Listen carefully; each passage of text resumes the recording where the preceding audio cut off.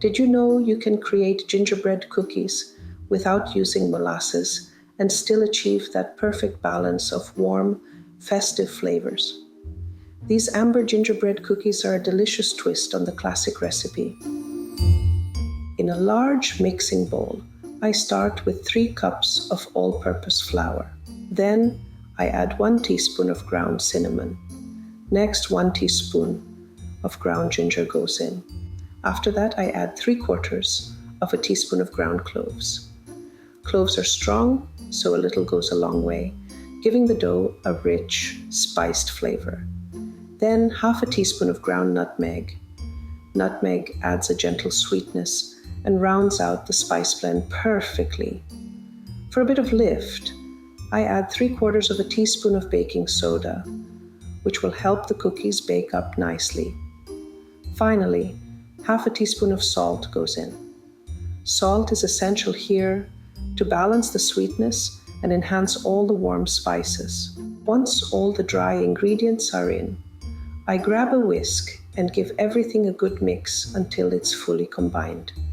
This step is key to making sure each cookie has that perfect blend of warm spices.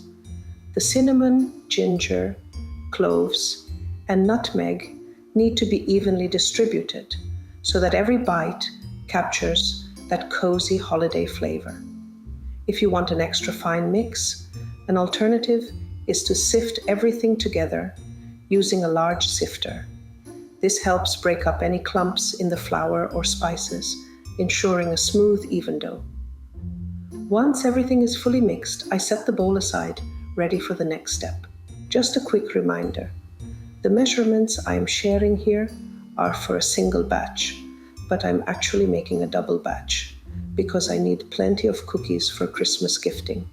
I've found it's easier to double everything from the start rather than making 2 separate single batches.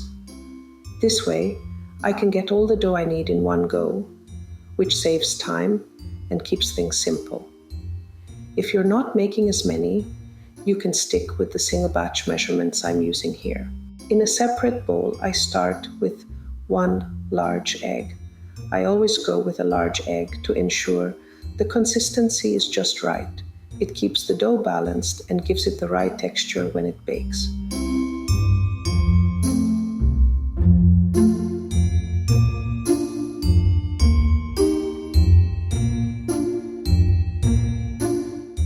Next, I add 1 teaspoon of vanilla extract. Vanilla brings that subtle sweetness and enhances all the warm, cozy flavors we want in gingerbread. Then I pour in 1/2 cup of maple syrup. This is one of my favorite additions. The maple syrup not only gives the dough a beautiful amber color, but also adds a rich sweetness with just a hint of caramel. This is part of what makes this recipe so special and different from traditional gingerbread.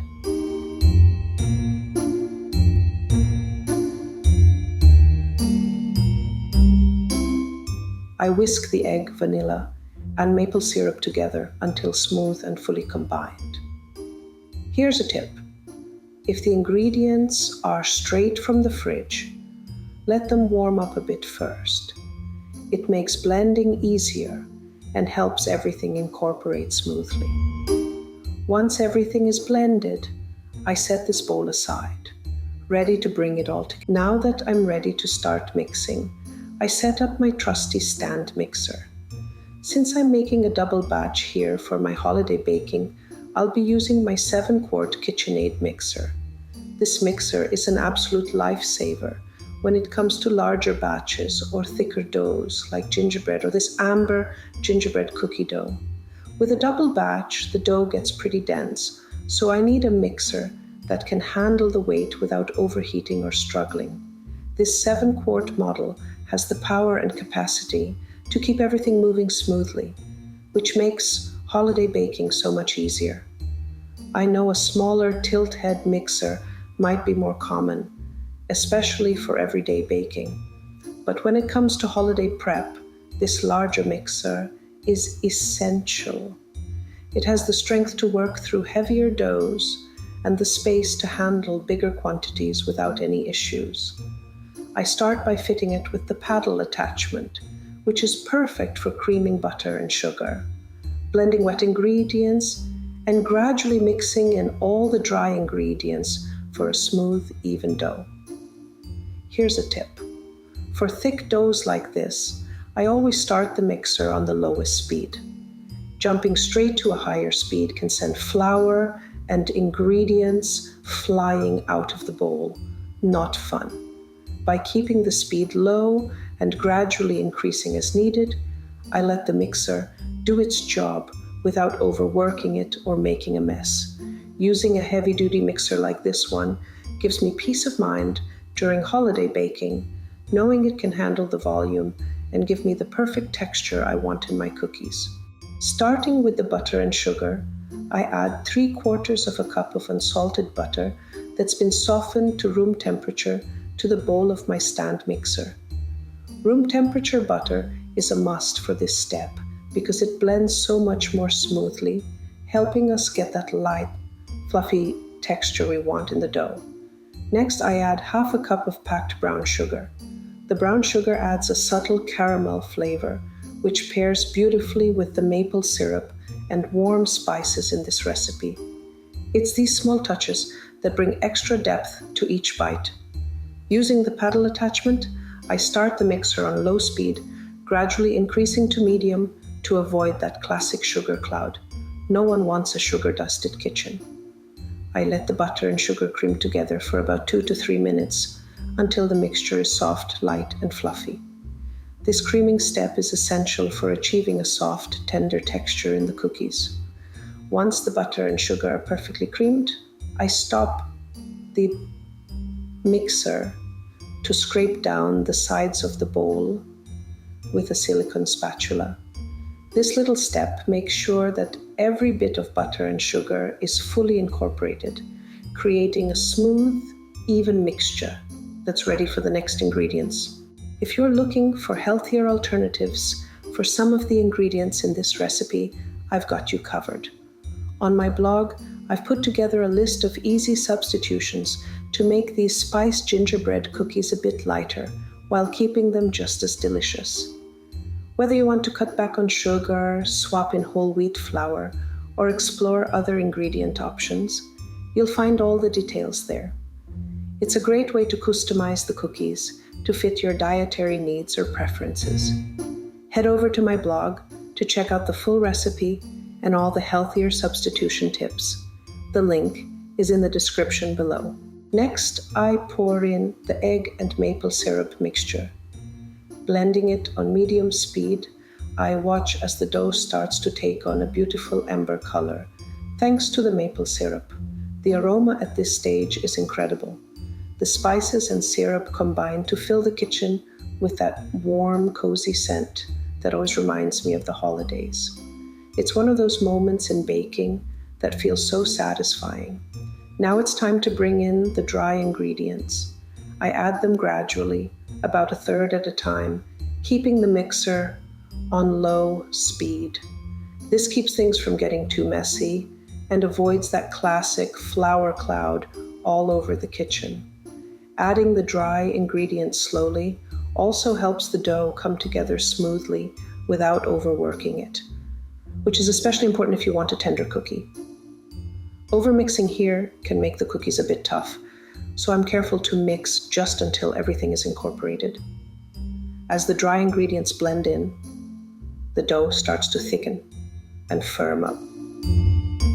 Here's a tip I always follow. I keep the mixer on the lowest setting to avoid overworking it, especially since I'm working with a double batch.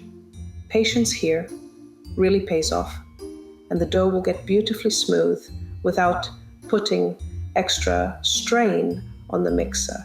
By the end, I have a thick, smooth dough that holds together well without being sticky. It's perfect for rolling out and cutting into shapes.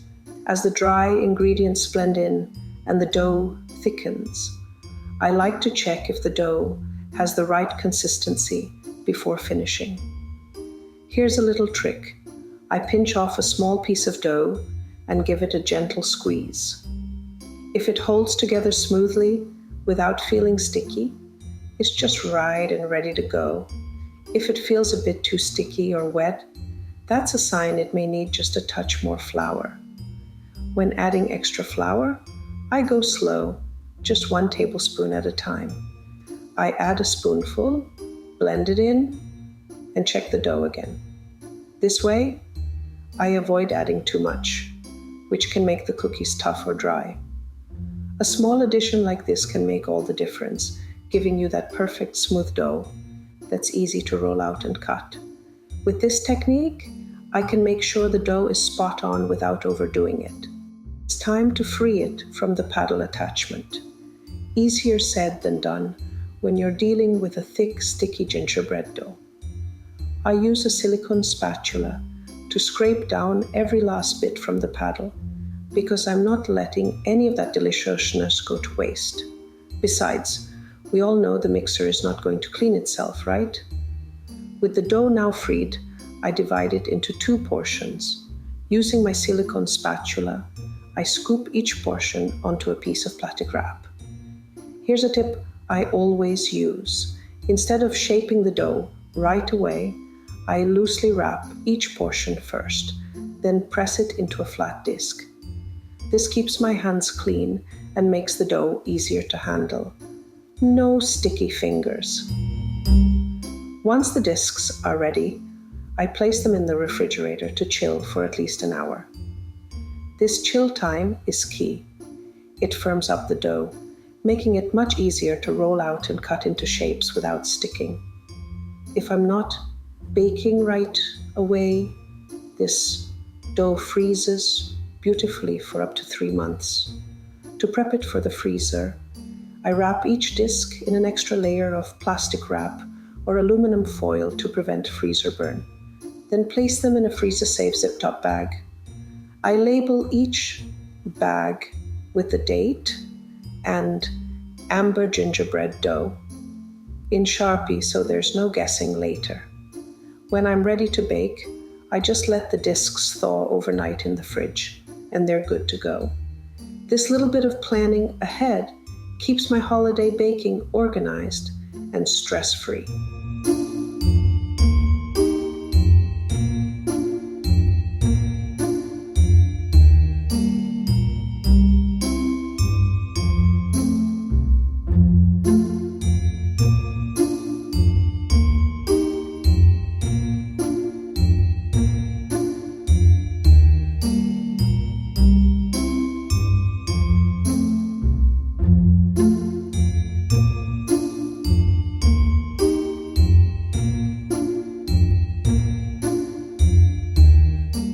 A single batch makes about 24 spiced gingerbread cookies, depending on the size of your cookie cutters.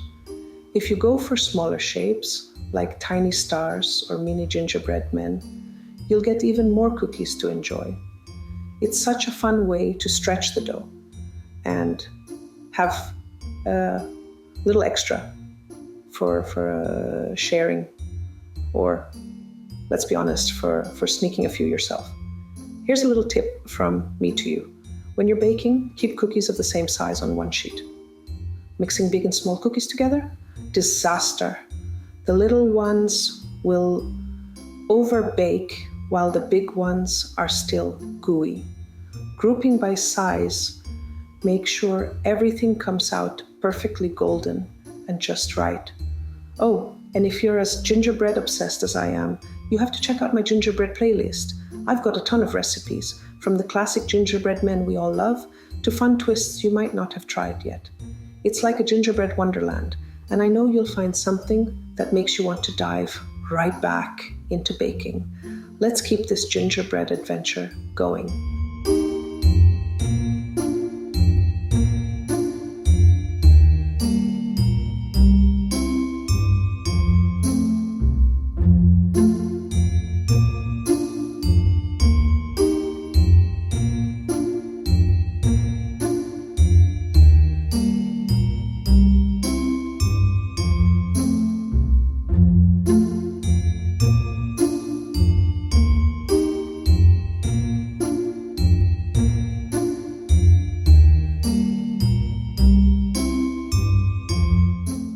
hope you're loving the process of making these Amber Gingerbread Cookies as much as I am. There's something so satisfying about creating this rich, spiced dough with its gorgeous golden hue. It's the perfect addition to any holiday baking lineup. If you're enjoying this recipe, don't forget to hit that like button, subscribe, and tap the bell so you never miss any of my festive baking adventures. Do you have a favorite gingerbread recipe that's part of your holiday traditions? Maybe a classic like this, or perhaps a special twist passed down through your family. I'd love for you to share your stories in the comments below. Let's swap tips and keep the gingerbread magic alive. Here on my channel, I love blending food photography with the joy of baking, inviting you into my kitchen to celebrate the warmth and creativity of the holiday season. From perfecting classic recipes like this one to inspiring new baking ideas, I hope you feel encouraged to create something truly special. Thanks for joining me on this sweet holiday adventure. Let's roll out that dough and make some delicious memories together.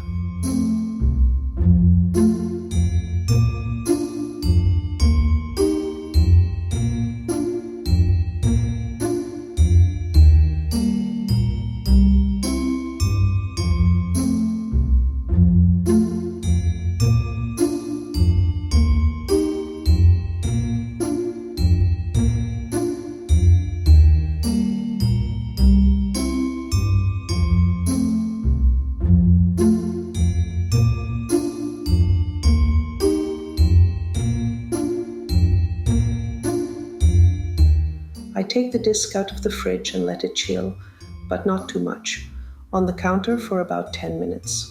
Trust me, this step is everything.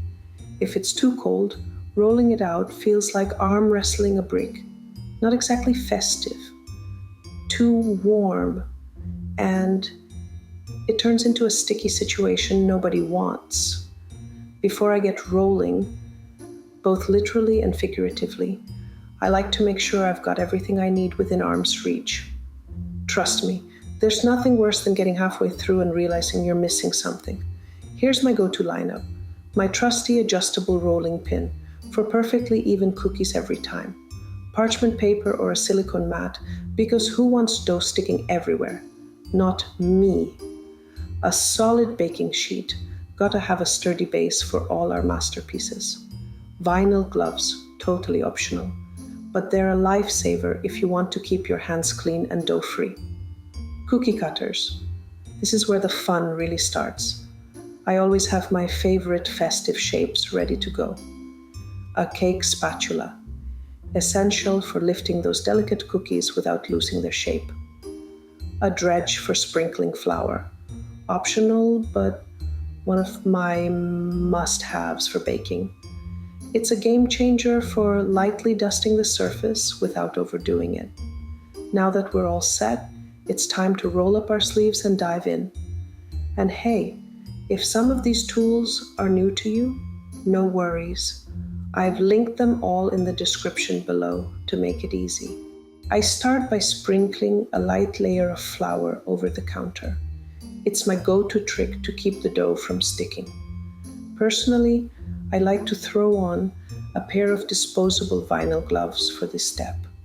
They're such a game changer when handling sticky dough, and cleanup is a breeze. But hey, if you're the kind of baker who loves getting your hands a little flowery, go for it. Embrace the mess. Once that's done, I plop my unwrapped dough disc onto the floured surface, and just like that, we're ready to roll. I grab my trusty adjustable rolling pin and roll the dough to a perfect 1/4 inch thickness. The adjustable pin ensures even cookies, so no crispy edges or doughy centers to worry about. If your dough starts sticking to the pin, don't panic. Sprinkle a tiny bit of flour on top or lightly dust the rolling pin. Here's another way to roll out your dough mess-free. Sandwich it between 2 sheets of parchment paper. No flour dusted all over the counter, no sticky mess, and clean up is as simple as tossing the parchment. Plus, it keeps the dough smooth and easy to handle, perfect for stress-free holiday baking.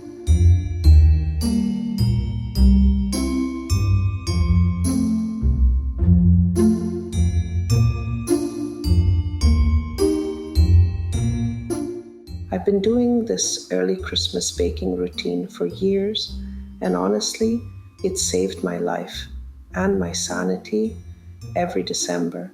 Since cookie dough freezes like a dream for up to 3 months, I get started way back in September. Yep, while everyone else is still in pumpkin spice mode, I'm already sneaking in batches of gingerbread and chocolate dough and tucking them away in the freezer. It's like my little stash of holiday magic, safely hidden and just waiting for its time to shine. Come November, I pull out the dough and bake my cutouts. The whole kitchen fills with the smell of Christmas, and I actually get to enjoy it without feeling like I'm racing against the clock. Once the cookies are baked, I pop them back into the freezer, all ready for decorating.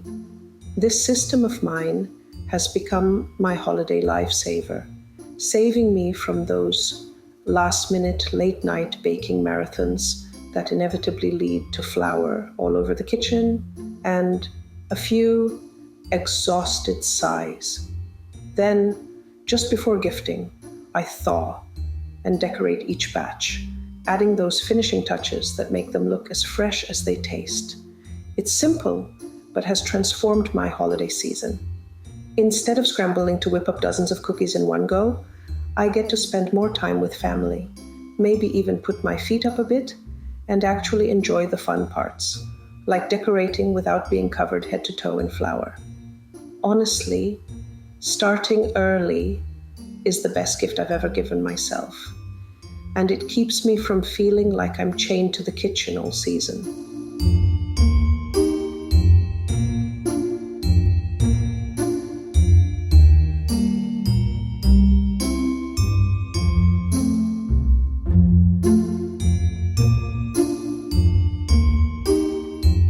Time to grab my cookie cutters and start stamping out some festive shapes. I'm keeping it simple and classic. A little tip from me: stick to cutting similar sized shapes for each baking sheet. This way, all the cookies bake evenly, and you won't end up with some overbaked or underdone. Trust me, it makes a big difference. Once all the dough is cut into cookies, I carefully pull away the extra dough from around the shapes. Don't even think about tossing it. This dough is reusable gold. I always save it for the next round of rolling and cutting. Here's a handy tip from me. Gather the scraps, form them into a ball, and loosely cover it with food wrap. This keeps the dough from drying out while you're busy transferring cookies to the baking sheet. I grab my baking sheet and line it with parchment paper. Pre-cut sheets are my go-to. They save so much time, but a roll works perfectly fine too. I carefully use a cake spatula to lift each cookie off the counter and onto the parchment-lined baking sheet. This little tool, game changer. It keeps the shapes intact and saves me from accidentally squishing or stretching them. Trust me, nothing's worse than a Christmas tree that looks like it melted. If you don't have a cake spatula, no worries. A thin, flat pancake spatula or even a large butter knife can do the trick in a pinch. Just be gentle. I always make sure to space the cookies about 1 inch apart on the sheet. This gives them enough room to bake evenly and allows proper airflow. It's a small detail, but it makes a big difference. When I'm done cutting out the cookies, I gather up the dough scraps and press them back into a disc. Then I roll it out again to cut even more cookies. If the dough starts to get too soft after a couple of rounds, here's a quick fix. Pop it back into the fridge for about 10 minutes to firm it up. It'll make rolling and cutting so much easier. I keep going until every last scrap is transformed into festive little cookies. Waste not, want not, especially with something this delicious.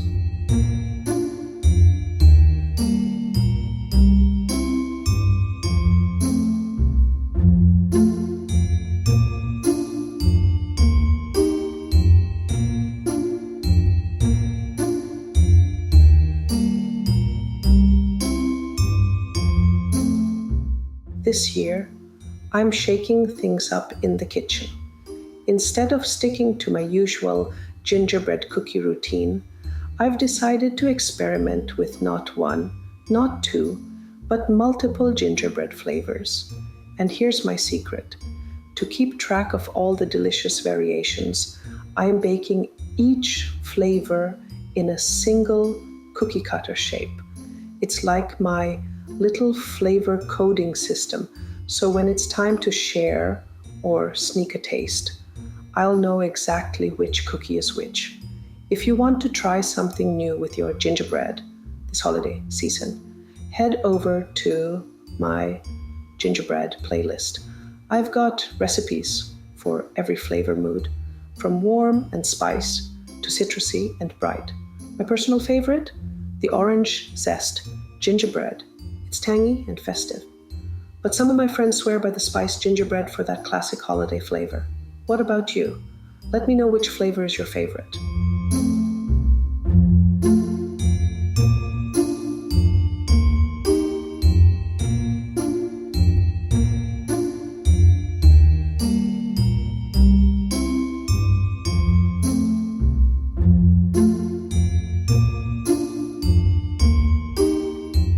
If you are baking cookies to gift this holiday season, don't forget that how you package them can make all the difference. In my video on how to package homemade cookies for gifting, I'll show you simple and creative ways to make your treats look as amazing as they taste. From festive wrapping ideas to adding personal touches like ribbons and tags, you'll find everything you need to make your homemade gifts extra special. Be sure to check it out and get inspired for your holiday baking.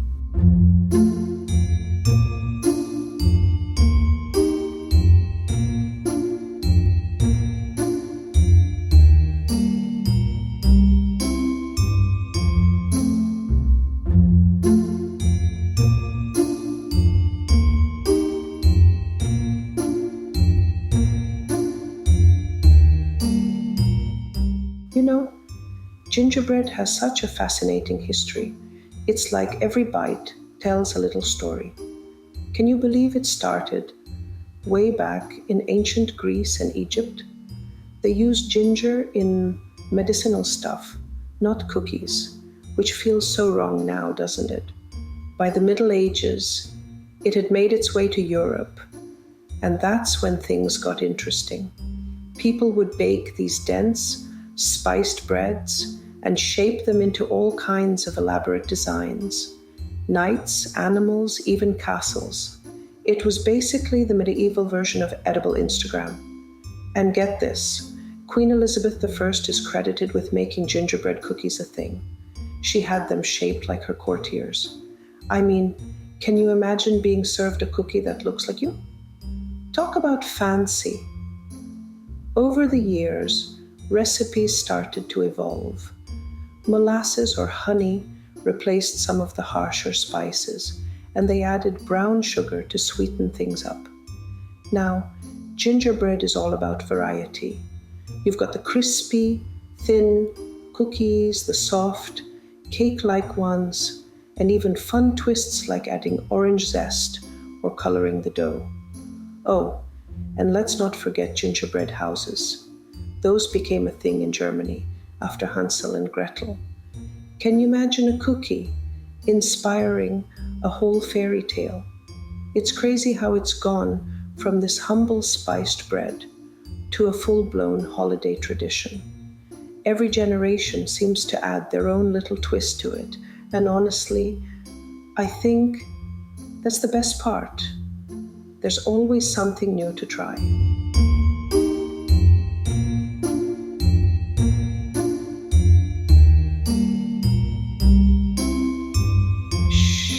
here's my top secret trick. Don't tell anyone. Before baking, I always sneak the baking sheet into the fridge for about 10 minutes. Why, you ask? Well, here's the science. Chilling the dough firms up the butter in the cookies, which slows down how quickly it melts in the oven. This gives the cookie structure a chance to set before spreading, keeping those shapes crisp and perfect. And here's the key. Straight from the fridge, they go right into the fully preheated oven at 350 degrees Fahrenheit. That's right. Make sure your oven has reached its ideal temperature before those cookies go in. No delays, no detours, just perfectly shaped cookies every single time. Now you not only know the secret, but also the science behind it. Talk about being a baking pro. All right, it's oven time. I grab my chilled baking sheet and place it right on the middle rack of my fully preheated oven at 350 degrees Fahrenheit. That's the sweet spot for even baking. I bake the cookies for about 8 to 10 minutes, keeping a close watch. The edges should look just set, while the centers will still be soft. Don't worry, they'll firm up as they cool. Here's a little insider tip from me. If you've ever battled with burnt cookies, haven't we all? Start with the minimum baking time, 8 minutes here, and check on them. Your altitude above sea level plays a big role in baking, so adjust as needed. If the cookies need extra time, give them another minute. For me, baking at high altitude, 9 minutes hits the sweet spot every time. Soft centers, perfectly set edges, and no burnt bottoms in sight. Baking isn't just about creating delicious treats. It's also about keeping your space clean and ready for the next batch of fun. While the cookies are baking, and maybe another batch is chilling, it's the perfect time to tidy up the counter. Here's my quick method. I grab my trusty dough cutter and scrape up all the flour and bits of dough from the surface. It's amazing how much easier this makes cleanup. Once I've gathered the mess into a neat little pile to toss, I wipe the counter clean with a damp cloth. It's oddly satisfying, and it leaves me with a fresh workspace ready for the next round of holiday baking chaos.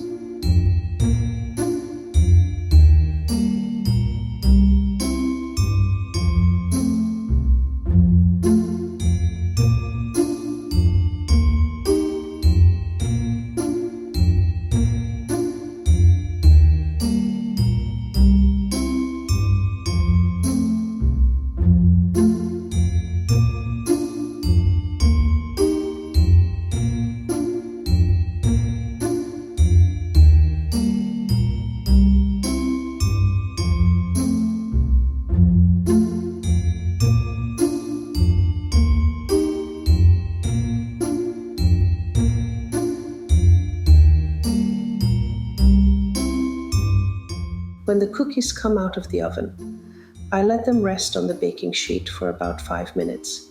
This little pause gives them time to set and firm up before I move them. Then I carefully transfer them to a cooling rack to cool completely. Trust me, this step is non-negotiable if you're planning to decorate them. Warm cookies and icing, total meltdown. But if you don't have a cooling rack, no worries. You can lay the cookies out on a clean sheet of parchment paper or a kitchen towel. Just make sure they have enough space to cool evenly and don't stack them, or you'll end up with steam-softened cookies. I usually rely on my trusty cake spatula to transfer freshly baked cookies to the cooling rack because they're still soft and way too hot to handle. And there you have it. Amber gingerbread cookies, fresh from the oven, and ready to bring warmth and joy to your holiday season. The subtle blend of spices, rich molasses, and golden hue make these cookies as beautiful as they are delicious. Whether you're sharing them with loved ones, gifting them as sweet holiday treats, or enjoying them with a cup of tea by the fire, these cookies are sure to make your holidays even more special. But the fun doesn't have to end here. Now that your cookies are baked, it's time to decorate. Head over to my next video, where I'll show you step by step how to make the perfect royal icing to decorate your cookies with ease. Trust me, it's simpler than you think, and it will take your cookies to the next level. Thank you so much for baking with me today.